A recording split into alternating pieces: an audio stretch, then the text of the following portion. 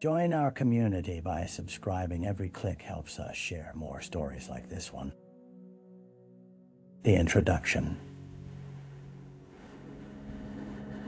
The town of Maplewood was the kind of place where everything seemed predictable, where the sun rose over the neatly aligned sequence of clapboard houses each day at the same time. Families bustled about their daily routines. Children rode their bikes along tree-lined streets, and the scent of fresh bread wafted from the local bakery. It was a picture-perfect setting that masked an undercurrent of hidden darkness, a darkness that no one wanted to acknowledge. On the fringes of Maplewood, the Roberts family had lived in their two-story home for over a decade. To their neighbors, they appeared as the quintessential American family. A devoted husband, a loving wife, and two spirited daughters, ages 8 and 12. Yet, on a chilly autumn evening in 2015, that familiar facade would shatter irrevocably. As the sun began to dip below the horizon, casting elongated shadows across the yard, a piercing scream echoed through the streets. It originated from the Roberts home, a sound that would haunt the small community for years to come. Responding to the urgent cry for help, police arrived to find a scene that would forever alter their lives. Inside the house lay the body of Angela Roberts, the matriarch, sprawled amidst the remnants of what was once a warm family gathering. Investigators quickly discovered that her death was not the result of an accident or a botched burglary. No. This was something far more sinister, the beginning of an investigation that would peel back the layers of a seemingly ordinary life, revealing secrets that everyone in Maplewood would wish to remain buried. The victim. Angela Roberts was, by all accounts, the heartbeat of her family. At 38, she had a charisma that lit up rooms and a smile that comforted anyone who crossed her path. As a devoted mother and wife, she organized family dinners, volunteered at the local school, and had recently taken on the role of chairperson for the annual Maplewood Harvest Festival. Angela thrived on community and connection. Her calendar was filled with plans and her heart brimming with love. But beneath the surface of her vibrant life lay struggles that few could see. While her husband, Mark, worked long hours at the local auto repair shop, Angela sometimes felt isolated. The pressures of maintaining a smooth family life began to weigh heavily on her. Though she wore her burdens with grace, anxiety loomed like a shadow, a fact she shared only with her closest friends. That fateful evening, just hours before her life would be extinguished, Angela had seemed especially high-spirited. She prepared dinner for her family, cooking her children's favorite meal, spaghetti with homemade marinara sauce. Laughter filled the kitchen as they gathered around, creating a comforting atmosphere that made it easy to forget any undercurrents of tension that might have existed. Yet, that vibrant dinner belied the truth. Angela had recently confided in a friend about feeling overwhelmed and frightened. "Sometimes I feel like I'm drowning," she had whispered, her voice thick with unspoken worries. While she was determined to put on a brave face, the reality of her internal struggles marked a stark contrast against the cheerful facade of her life. As investigators pieced together Angela's last moments, they uncovered fragments of her life that hinted at deeper issues, revealing that the seemingly picture-perfect Roberts family was more complicated than anyone realized. Hidden fractures lay beneath the polished exterior, waiting to be exposed in the light of tragedy. The crime scene. The sun had fully set when the team of detectives arrived at the Roberts residence, their headlights cutting through the darkness that had enveloped Maplewood. The street was eerily quiet, the only sound the soft rustle of leaves stirred by a gentle breeze.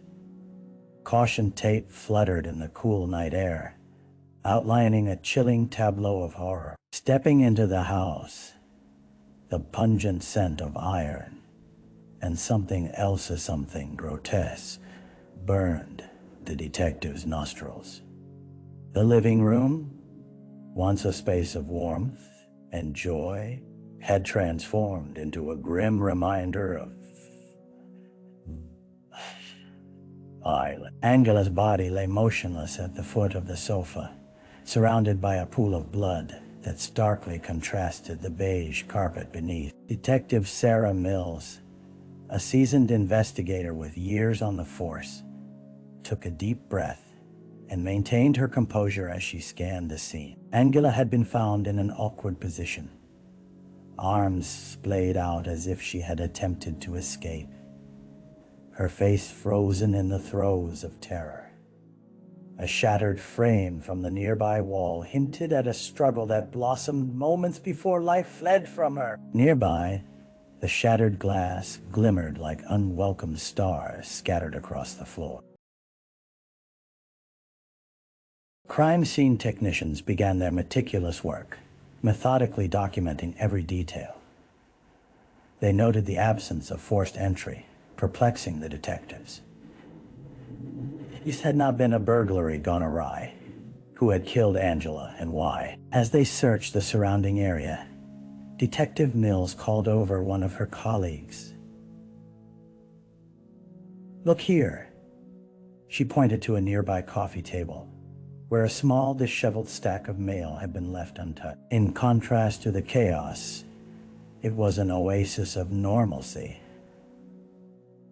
suggesting that life here had gone about its business until moments before tragedy struck. The unsettling realization settled over the team. Angela's world was one full of connections and fidelity, but now every relationship came under scrutiny.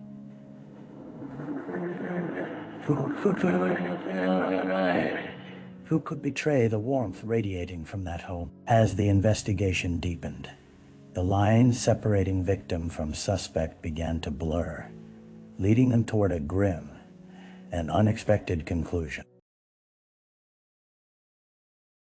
The early investigation. In the wake of the shocking discovery, the Maplewood Police Department sprang into action.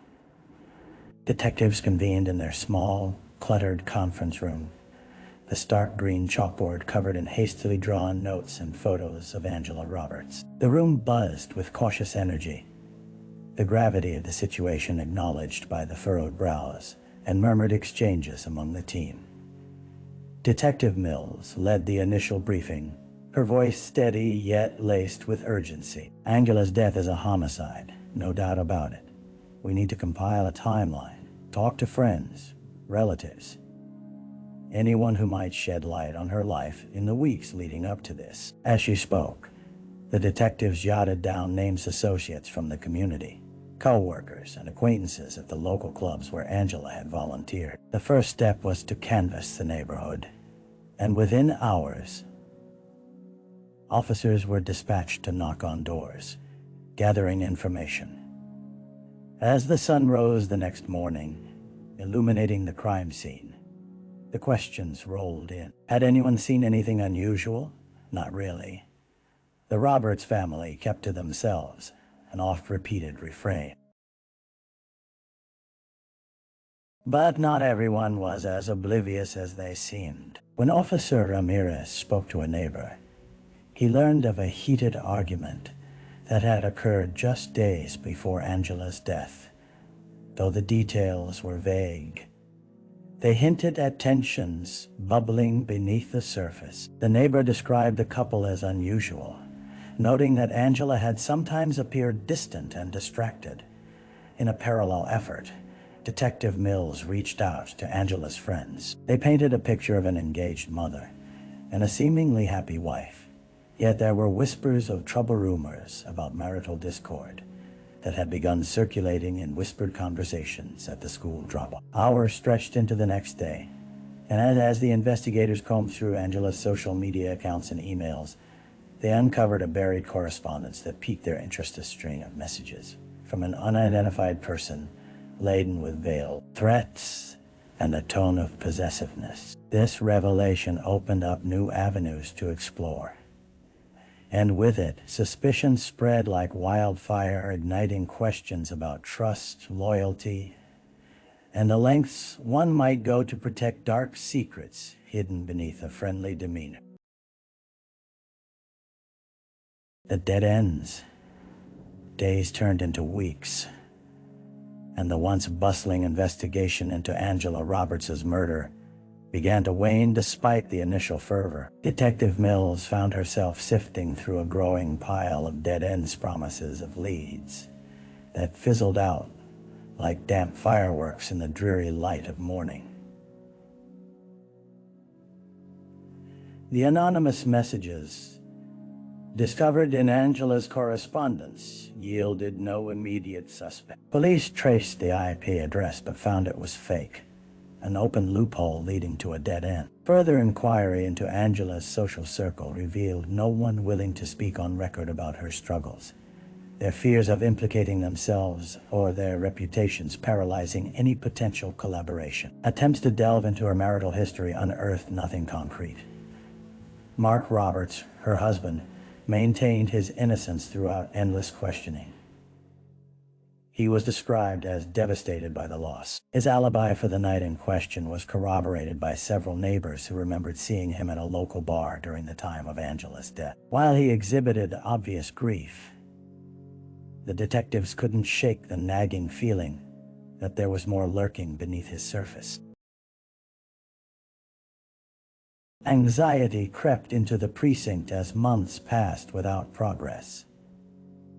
The community's initial outrage transformed into a numb acceptance of the tragedy. Discussions of Angela's death dwindled to reluctant whispers. Some residents even grew hostile, wondering why the cops seemed incapable of finding the person responsible for such a heinous act. Meanwhile, a growing number of tips trickled into the department, each one imploring the detectives to explore a new direction. But too often, these leads were either too vague or led the investigators to individuals with solid alibis, leaving them grasping at straws. As the snow began to fall heavier, blanketing Maplewood in a white shroud of winter, Mills felt the chill seep into her bones. Frustration mounted with each diminishing possibility.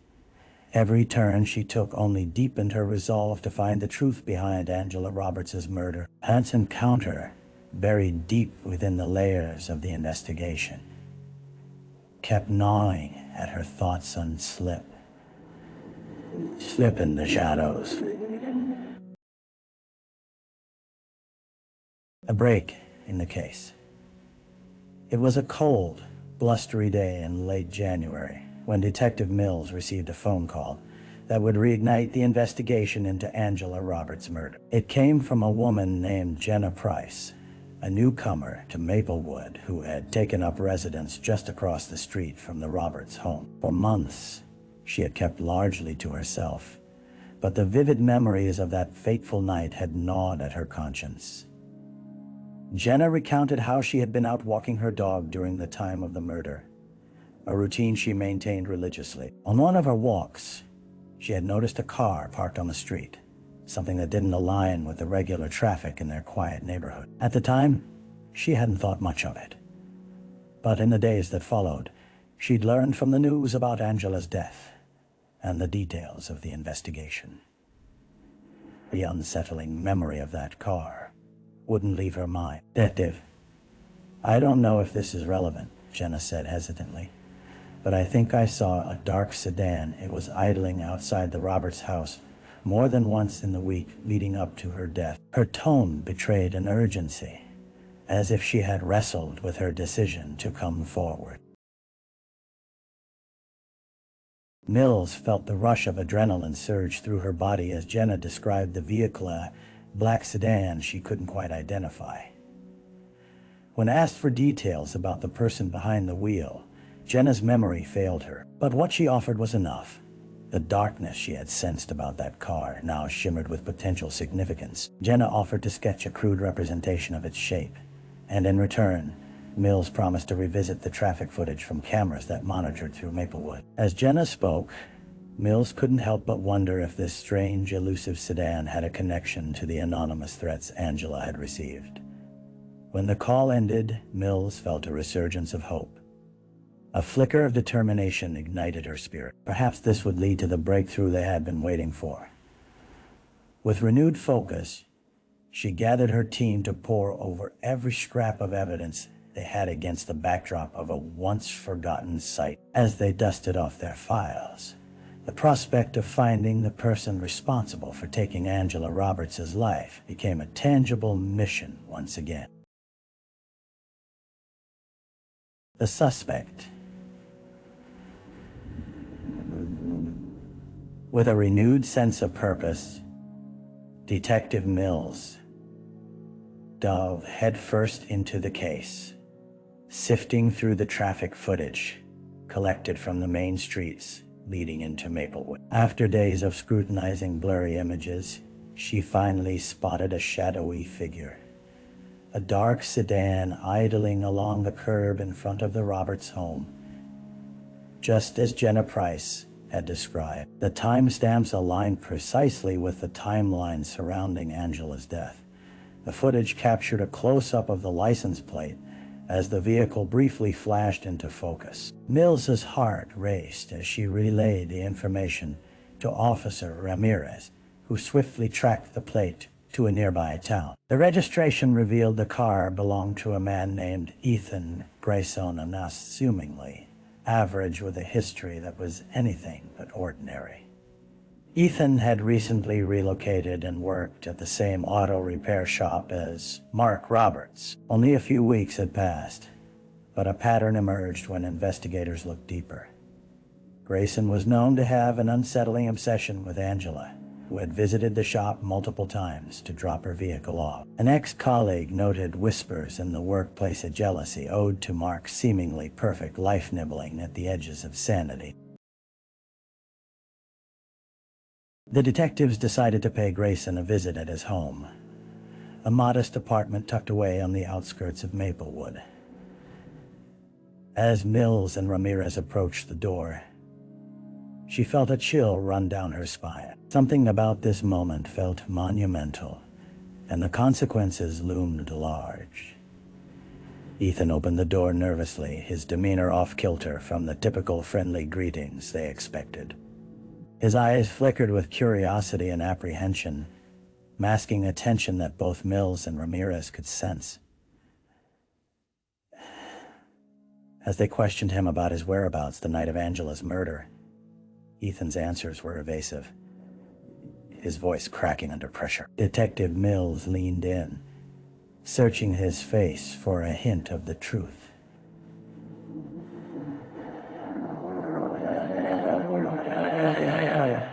She asked, watching as he shifted, swallowed hard, and avoided her gaze.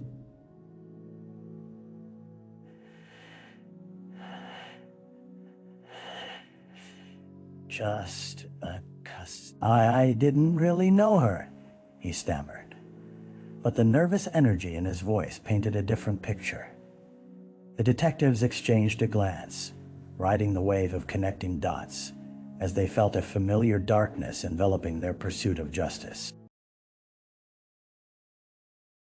With every word, every expression, the fragments of Ethan Grayson's past cemented in their minds, compelling them to dig deeper. As they prepared to conclude their visit, Mills couldn't shake a looming sensation that Grayson held the key to unraveling the chilling truth behind Angela's tragic end. The case was no longer just investigation. It had evolved into a hunter race against time to ensure no more shadows would drown out the light of justice. The trial.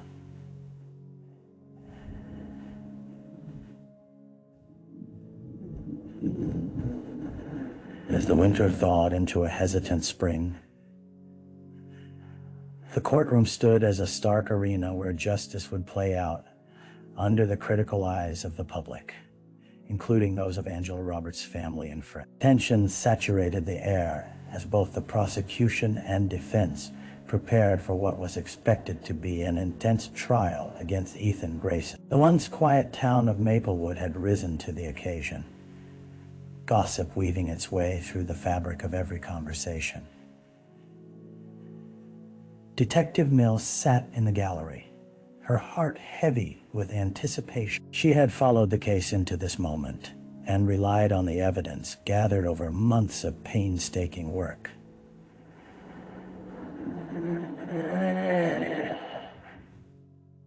Grayson's connection to Angela felt palpable, almost suffocating. She recalled his evasive demeanor during their interview and the overwhelming sense of danger embedded in his past.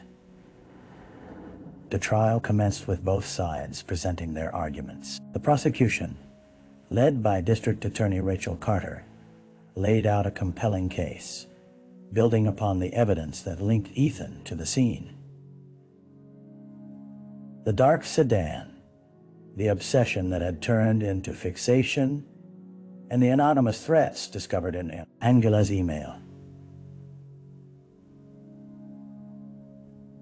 The courtroom vibrated with energy as Carter painted a vivid picture of a woman whose kindness had been met with horror.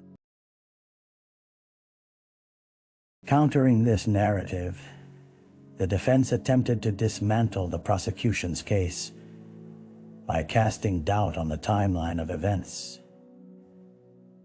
They portrayed Ethan as an innocent man thrust into a chaotic situation, urging the jury to consider reasonable doubt. Every piece of evidence is circumstantial, the defense attorney argued. We cannot convict a man based solely on innuendo and conjecture. As weeks passed, emotions mounted with each testimony presented. Friends and family recounted their memories of Angela, laughter, her spirit, her love for her daughters. Each story transformed into a protective shield against the cold weight of suspicion pinned on Grayson, making their collective grief palpable in that courtroom. In the closing arguments, Carter delivered a powerful summary, weaving the threads of evidence into a coherent narrative that demanded acknowledgement. How could they allow a man to go free who had spent too long lurking in the shadows of Angela's life, a man fueled by envy and rage? The jury deliberated for days, tension thick enough to slice through as hope clung tightly to Angela's loved ones. Finally, when they returned, Mills held her breath. The foreman stood, his voice steady but somber. We find the defendant, Ethan Grayson, guilty of the murder of Angela Roberts. A chorus of muffled gasps filled the gallery, a flood of relief washing over Angela's family. For Mills, a sense of justice tempered with sorrow enveloped her. Justice had been served, but a pristine piece of Maplewood would never return to its former light. As the gavel struck, sealing Grayson's fate, Mills looked around the courtroom, knowing the ripple effects of their resolution would echo throughout the community, urging them toward the hope of healing. The darkness had lingered long enough, but the pursuit of truth, once ignited, had paved the way for light to emerge again. The aftermath.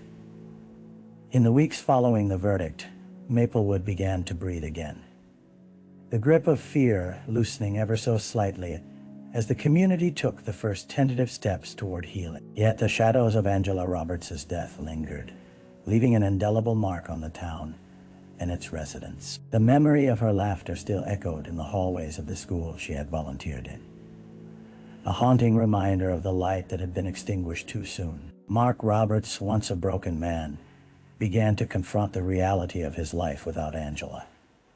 The trial had laid bare the truth he had suppressed. With the pain of loss hanging heavily in the air, he sought counsel and support from grief groups. Here, fellow survivors shared their stories of heartbreak and resilience. His daughters, Emily and Mia, showed remarkable strength, aware that their mother would want them to embrace joy amidst the sorrow. Meanwhile, Detective Mills found herself reflecting on the past year's event. The satisfaction of securing a conviction against Grayson was bittersweet. She often replayed every step of the investigation in her mind, wondering if there was something more she could have done for Angela. Despite the outcome, the toll of violence in a typically serene town resonated like a distant thunder, forever altering the landscape of their lives. Months later, as spring blossomed into a new season, the community organized a memorial to honor Angela's life. Friends and family gathered in the park, elements of spring dancing in the air. Banners celebrating her spirit festooned the trees, photographs capturing her warmth scattering across picnic tables. Stories were shared with laughter and tears, showcasing the life of a woman who had impacted so many, crystallizing her legacy into the fabric of Maplewood. Mills, at the memorial, reflected on the resilience of the human spirit. Across the gathering, she spotted Mark comforting his daughters, their faces open to the warmth of the sun. The weight of grief would never fully dissipate, but moments like this could serve as tributaries of hope, a powerful reminder that love endures, even in the darkest time. As the sun set, casting a golden hue over the park, a sense of determination hung in the air.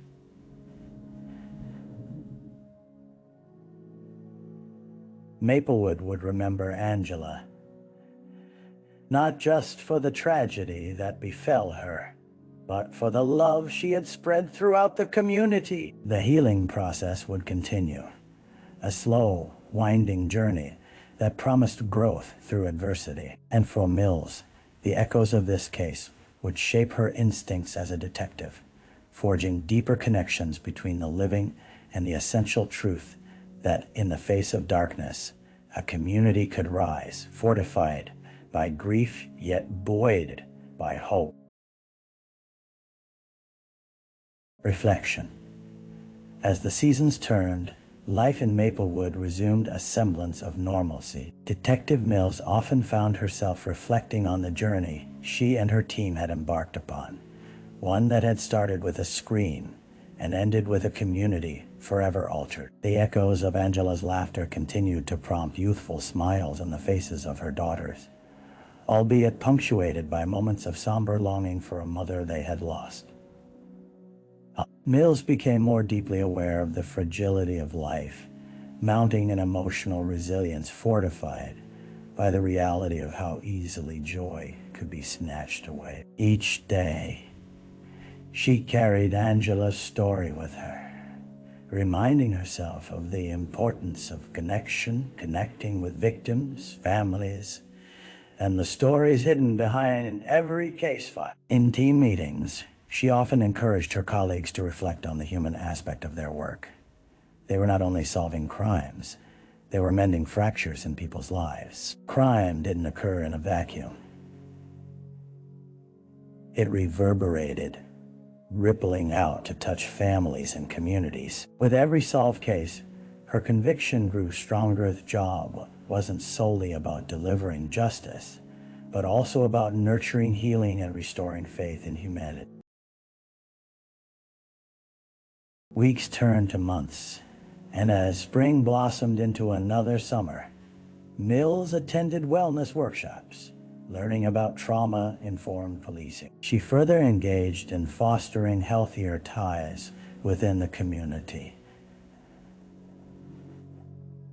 helping create safe spaces for conversation, allowing people to voice their fears and aspirate. As the unsettling memories faded into the background, she became an advocate for prevention, hoping that knowledge and awareness could cultivate a stronger community. In the end, reflection often revealed a deep truth, that knowledge was not just a tool for solving crimes, but a vital means to foster hope, bringing light into the shadows where darkness had once thrived. For Mills and the residents of Maplewood, the journey toward healing had begun, a collective resilience emerging stronger than the fear that had once silenced them.